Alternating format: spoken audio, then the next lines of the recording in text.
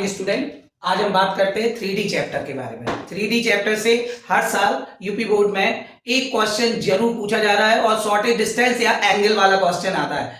Student उस question को solve भी करके आते हैं बट आंसर रॉन्ग हो जाता है। क्यों? क्योंकि वो फॉर्मूला रॉन्ग यूज करके आते हैं। जैसे हम बात करते हैं इस क्वेश्चन की। अब ये क्वेश्चन पूछा गया यूपी बोर्ड में कई बार, इस बार भी आने की पॉसिबिलिटीज है। 23 फरवरी 2026 को मैथ का एग्जाम है, उसमें एसडी से एक क्वेश्चन जरूर आएगा। एसडी से एक क्वेश्चन आएगा, उसमें पूछा जाएगा find the shortage distance between the line, और ये क्वेश्चन दिया रहेगा। अब स्टूडेंट कंफ्यूज, सर ये फॉर्मूला यूज करें कि ये फॉर्मूला? तो हम आपको ट्रिक बता दे रहे हैं कि कौन सा फॉर्मूला कब यूज करना है। ध्यान रखना, ये बहुत ज्यादा मिस्टेक करके आते हैं। इस क्वेश्चन का आंसर आप निकालना, कई बच्चे 1/7 आंसर निकाल के आएंगे और कहेंगे सर मैंने तो पूरा सही किया, लेकिन इसका आंसर 1/7 नहीं है, कुछ और है, √293/7 है। कैसे आएगा, किस फॉर्मूले का यूज करेंगे, तो ध्यान रखना है। आपको लाइन की इक्वेशन देखना है। लाइन की इक्वेशन का कौन सा फॉर्म है? Vector form. वेक्टर फॉर्म, तो वेक्टर फॉर्म में आप, वेक्टर फॉर्म होता क्या है?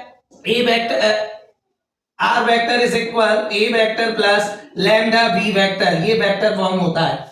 किसी भी लाइन का vector form r vector is equal a vector plus lambda b vector होता है। तो आपको बी वेक्टर देखना है दोनों इक्वेशन का, फर्स्ट एंड सेकंड दोनों का। तो अगर बी वेक्टर सेम है, बी वेक्टर सेम है, तो आपको ये वाला फॉर्मूला यूज करना है।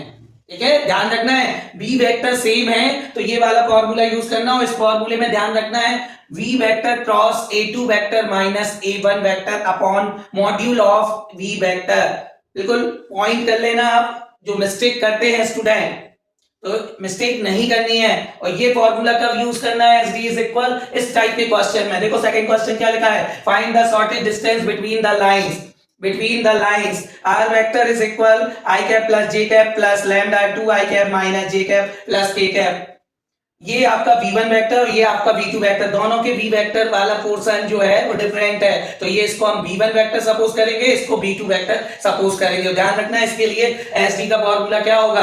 sd is equal v1 vector cross v2 vector dot a2 vector minus a1 vector upon module of v1 vector cross v2 vector. तो ये चीज आपको ध्यान रखना है कि sd के दोनों फॉर्मूले हैं वेक्टर फॉर्म में। एसडी फाइंड करना है, लाइन की अगर वेक्टर फॉर्म है तो एसडी के लिए हम ये फॉर्मूले यूज करेंगे। याद रखना है आप सभी को।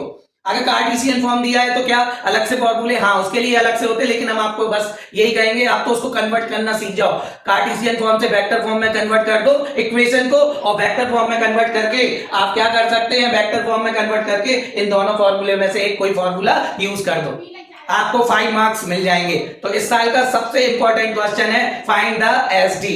एसडी फाइंड करने का सबसे इंपॉर्टेंट क्वेश्चन है 3D से। ठीक है, तो ऐसे ही अमेजिंग वीडियो के लिए बने रहिए YouTube चैनल पर। Thank you.